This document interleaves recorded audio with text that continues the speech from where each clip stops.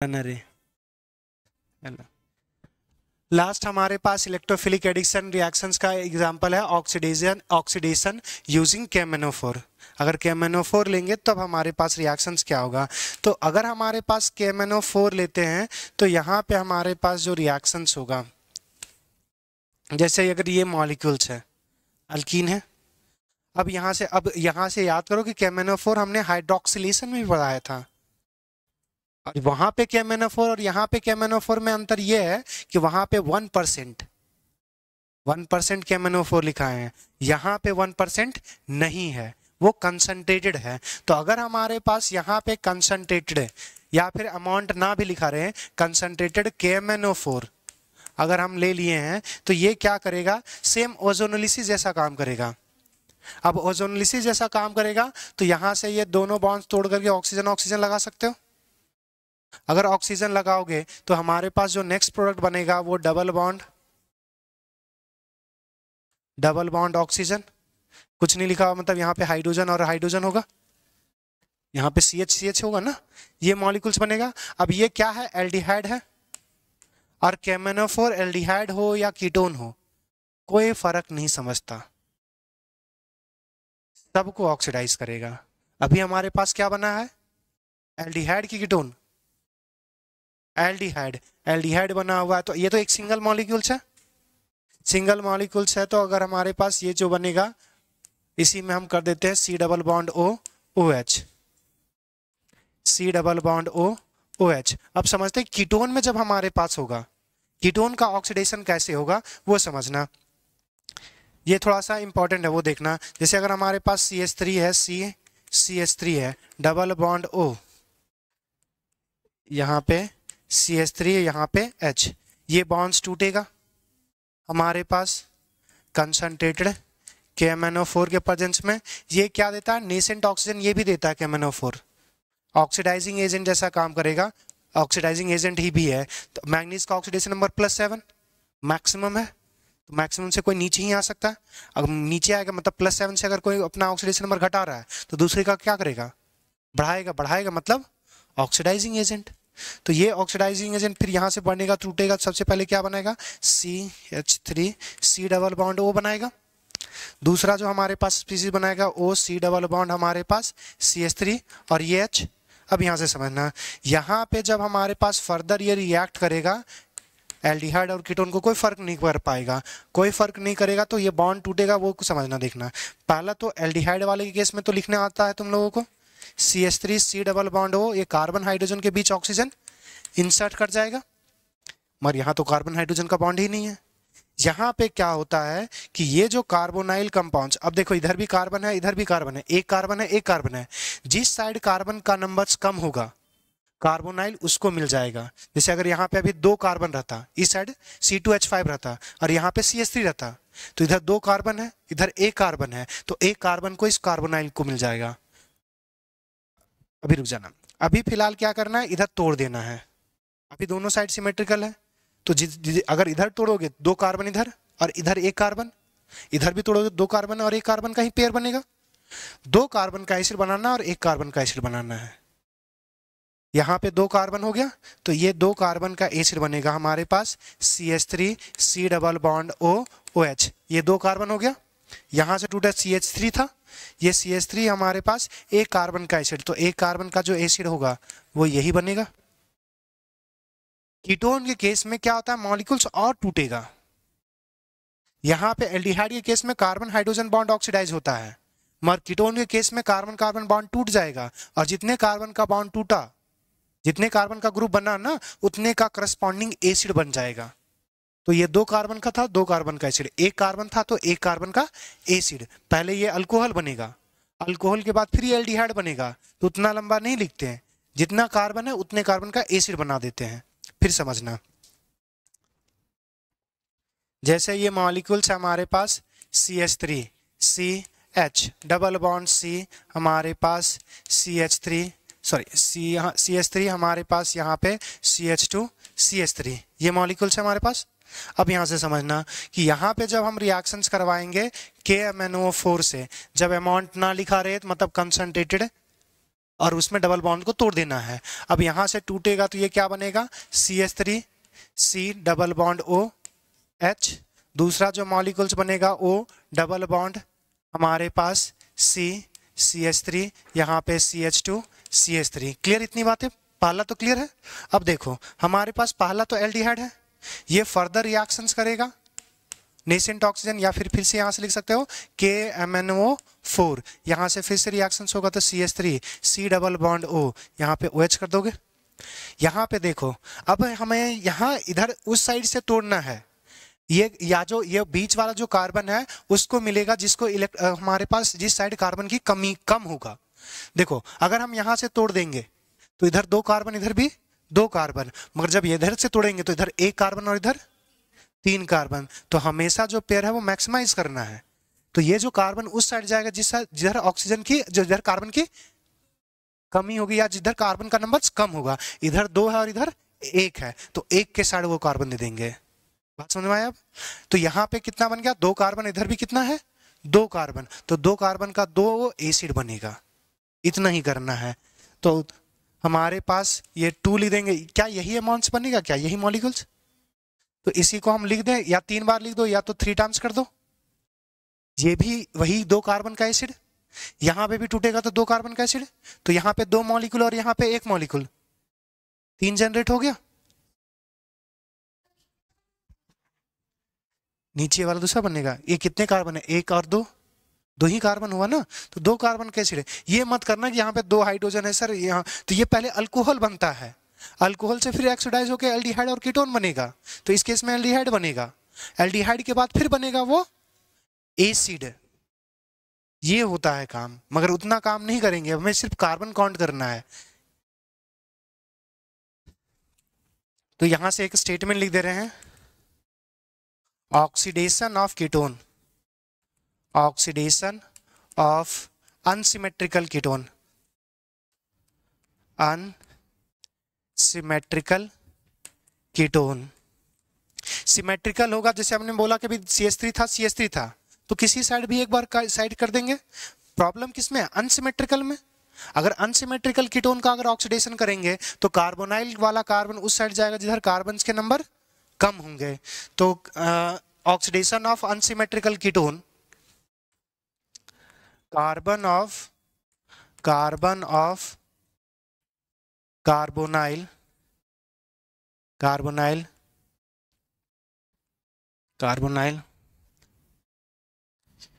is carbonyl, carbon of carbonyl get that side which contain less number of carbon bond. एक तो ये चीज statement, और दूसरा जब भी हमारे पास कीटोन का ऑक्सीडेशन होगा तो कीटोन के ऑक्सीडेशन में जितना पैरेंट में हमारे पास कार्बन होगा उससे कम बनेगा। जैसे देखो ये कीटोन है, कितने का पैरेंट का कार्बन का था, 1 2 3 4 कार्बन का था, मगर एसिड जो बन रहा है वो 2 का बन रहा है। तो ये हमेशा याद रखना कि जितना हमारे पास कीटोन होगा, जितने कार्बन का, उससे कम ही कार्बन का एसिड बनेगा, क्योंकि कार्बन के बॉन्ड्स क्या हो रहे हैं, टूट रहे हैं। तो ये याद रखना, oxidation of ketone get carboxylic acid less than parent carbon chain. क्या बात समझ में आया? ये वाला यहाँ पे ये दो कार्बन इधर, या तो बॉन्ड हमारे पास यहाँ से ब्रेक कर सकते हो, यहाँ से अगर यहाँ से ब्रेक करोगे तो इधर 1 और इधर कितने हैं 3। हमें वो जो कार्बन डबल बॉन्ड ऑक्सीजन से जो लगा हुआ है उस अगर अनसिमेट्रिकल है, अगर इधर भी 2 और इधर भी 2 रहता तो किसी एक साइड दे देते, मगर जब अनसिमेट्रिकल होगा तो जो जिस साइड हमारे पास कम होगा ना कार्बन, उसके साइड ये कार्बोनाइल जाएगा। तो इधर 2 था इधर 1 था, तो 1 वाली साइड दे दिए, तो उधर भी 2 कार्बन और इधर भी 2 कार्बन, तो 2 कार्बन का एसिड बन गया। क्या बात समझ में आया? अच्छा यहां से इरेज कर देते हैं वरना फिर भूल जाओगे। तो ये हमारे पास CH3। अब दूसरा एक और समझना, फिर से एक एग्जाम्पल लास्ट बता रहे हैं, गौर से देखें। ये हमारे पास CH3 है, ये C हमारे पास, या दो बढ़ा कर देते हैं, CH3 हमारे पास है, CH2 CH2 हमारे पास, CH2 CH3, C हमारे पास CH3 और हमारे पास C2H5। हमें यहाँ से बताना है कि कितने कार्बोक्सिलिक एसिड बनेंगे, कितने टाइप के कार्बोक्सिलिक एसिड बनेंगे, type of carboxylic acid, type of या different types of carboxylic acid, different type of carboxylic acid, number बताना आपको। तो देखो यहां से फिर से देखना, हमारे पास सिंपली क्या करेंगे, ये CH3 हमारे पास है, CH3 या तो ये रहने दो, कितने कार्बन, 3 कार्बन, हाइड्रोजन 3 2 5 5 2 7, ये C हमारे पास 3 2 5 C2H5, ये डबल बॉन्ड O हो जाएगा। इससे अगर रिएक्शंस करवाएंगे तो हमारे पास डबल बॉन्ड O, इधर भी हमारे पास डबल बॉन्ड O, यहाँ पे हमारे पास CH3, यहाँ पे हमारे पास C2H5। हमने क्या बोला, जिधर कार्बन कम होगा उधर कार्बोनाइल चला जाएगा, इधर 2 और इधर 3, कम वाली साइड को दे दिए कार्बन, इधर हमारे पास 2 और इधर 1, तो ये अब यहाँ देखो 2 कार्बन का एसिड, एक ही प्रोडक्ट हो गया, एक ही टाइप का कार्बोक्सिलिक एसिड। यहाँ पे 3 और यहाँ पे 3, मतलब दो ही, एक 3 कार्बन का कार्बोक्सिलिक एसिड और एक 2 कार्बन का कार्बोक्सिलिक एसिड, बस इतना ही बनेगा, बस उसका मोल ज्यादा होगा, यहाँ पे डबल 2 मोल होगा। जैसे यहाँ पे जो एसिड बनाओगे ये भी 3 कार्बन का, तो ये हमारे पास CH3 CH2 C double bond O OH, ये 3 कार्बन, ये भी 3 कार्बन, तो इसका 2 मोल्स बनेगा। और ये भी हमारे पास 2 कार्बन, तो इसका भी 2 टाइम्स हमारे पास CH3 C double bond OH। Carboxylic acid बनेगा 4 मोल, मगर डिफरेंट टाइप का कितना है, सिर्फ 2, तो इसका आंसर जो आएगा वो कितना आएगा। बात समझ में आ गया। अब यहां से एक छोटा सा और बात याद रखना कि जैसे अगर हमारे पास कीटोन है, डाइट कीटोन पे एग्जांपल ले लेते हैं, अगर ये कीटोन है और यहाँ पे बेंजीन रिंग है और यहाँ पे हमारे पास कार्बन है, तो कार्बन के नंबर्स किधर, अब इस केस में कार्बन के नंबर से पीएच मतलब समझ आ रहा है। बेंजीन है तो बेंजीन जब भी अगर रहेगा कार्बोनाइल से डायरेक्टली अटैच, तो उस केस में नंबर नहीं देखते, डायरेक्ट बेंजीन रिंग को कार्बोनाइल दे देंगे, क्योंकि इसके पास कोई कार्बन है ही नहीं जो ऑक्सीडाइज होगा। जैसे ये जो रिंग है इसमें हमारे पास ये होगा, यहाँ पे कोई कार्बन ही नहीं जो ऑक्सीडाइज होगा डायरेक्टली, अल्कीन डायरेक्ट ऑक्सीडाइज नहीं होता। यहाँ पे जो बॉन्ड टूटेगा तो यहाँ पे अल्कीन पे ही पॉजिटिव आ जाएगा, अब जो बॉन्ड टूटेगा तो यहाँ पे कोई कार्बन नहीं है जो डायरेक्टली ऑक्सीडाइज हो। तो यहाँ पे जो रूल होता है कि जब बेंजीन रिंग हो तो कार्बोनाइल हमेशा बेंजीन रिंग को मिल जाएगा। वो इधर कितना हमारे पास कार्बन है, कम है ज्यादा है, उससे कोई लेने देना नहीं है। तो अब यहाँ से जब हमारे पास इसका ऑक्सीडेशन करेंगे तो एक कार्बन का हमारे पास एसिड मिलेगा, और इधर हमारे पास ये बेंजीन, इससे C डबल बॉन्ड O लगा हुआ था और इस पे OH आ जाएगा। क्लियर, बस इतना ही काम करना है। तो इसके लिए भी लिख देते हैं, when carbonyl directly attached to benzene ring, directly attach होना चाहिए। ऐसा नहीं कि C डबल बॉन्ड O है उसके बाद यहाँ CH2 आ जाए, ऐसा नहीं करना है। CH2 आ जाएगा तो फिर इधर 2 कार्बन कम था तो इसी को दे देंगे, तो बस डायरेक्टली अटैच होगा तो उस केस में कार्बोनाइल हमारे पास मिलेगा। और बेंजीन रिंग को कार्बन जैसा ट्रीट नहीं करेंगे कि उसको काउंट कर भी नहीं करते, मानते हैं कि इधर 0 कार्बन है, बेंजीन रिंग मतलब 0 कार्बन, तो 0 के साथ ही चला जाएगा वो। तो when carbonyl directly attach to benzene ring, carbonyl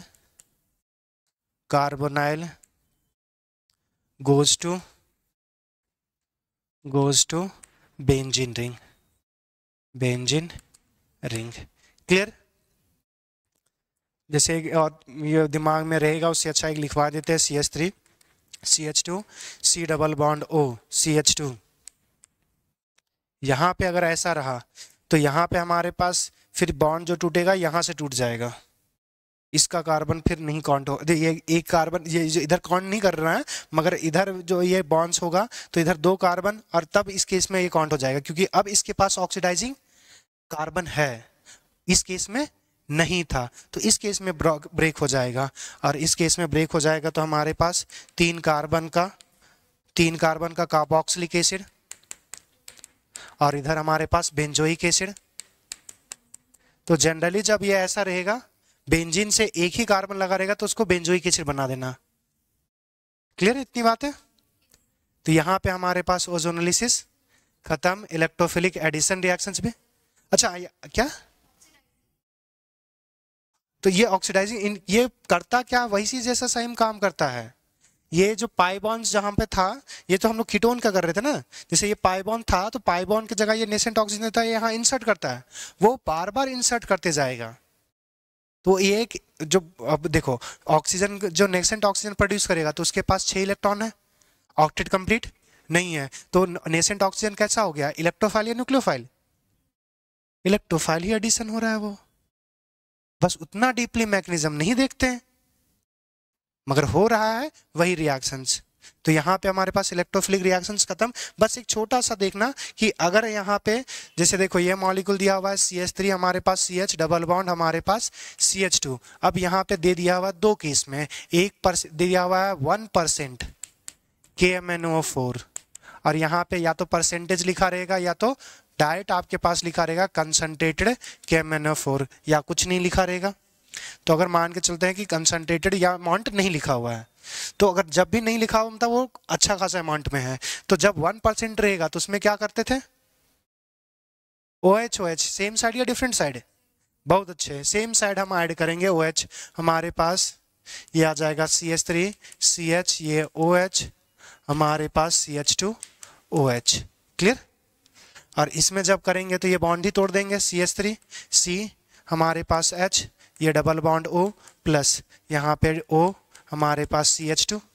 अब ये एल्डिहाइड, दोनों एल्डिहाइड है, कार्बन से हाइड्रोजन लगा हुआ तो एल्डिहाइड है, तो इसका फर्दर ऑक्सीडेशन होगा, और फर्दर ऑक्सीडेशन होगा तो ये 2 कार्बन का कार्बोक्सिलिक एसिड और यहाँ पे 1 कार्बन का कार्बोक्सिलिक एसिड। अच्छा एक और बात जानना, ये 1 कार्बन का कार्बोक्सिलिक एसिड को फॉर्मिक एसिड बोलते हैं, और ये जो फॉर्मिक एसिड होता है वो उतना ज़्यादा स्टेबल नहीं होता, तो ये बहुत बार अगर टेम्परेचर हीट कर दोगे ना, इसको हीट कर दोगे तो ये H2O और तुम्हारे पास हाँ गर्म पानी के साथ करना पड़ेगा तभी वाटर निकलेगा, एक हमारे पास H2O और CO में टूट जाएगा। अगर ऑक्सीजन के एब्सेंट में करोगे तो ये हमारे पास CO, और देखो इधर H2O, ऑक्सीजन के प्रेजेंस में करोगे तो H2O और CO2। अगर ऑक्सीजन के प्रेजेंस में अगर हीट करोगे तो ये ब्रेक कर जाता है, अगर एब्सेंस में करोगे तो ये हमारे पास CO2 के जगह CO बना लेगा, तो ईजिली डिकम्पोज हो जाता है। तो ये जनरली कभी कभी लिखा भी नहीं होता 1 कार्बन का कार्बोक्सिलिक एसिड, मगर जब तक अगर आप ऑप्शन में ना दिखा रहेगा तब 1 कार्बन का एसिड आपको अवॉइड करना है, अगर लिखा है तो फिर कंसिडर करना है। क्लियर? चलिए नेक्स्ट क्लास में न्यूक्लियोफिलिक एडिशन रिएक्शंस पढ़ेंगे।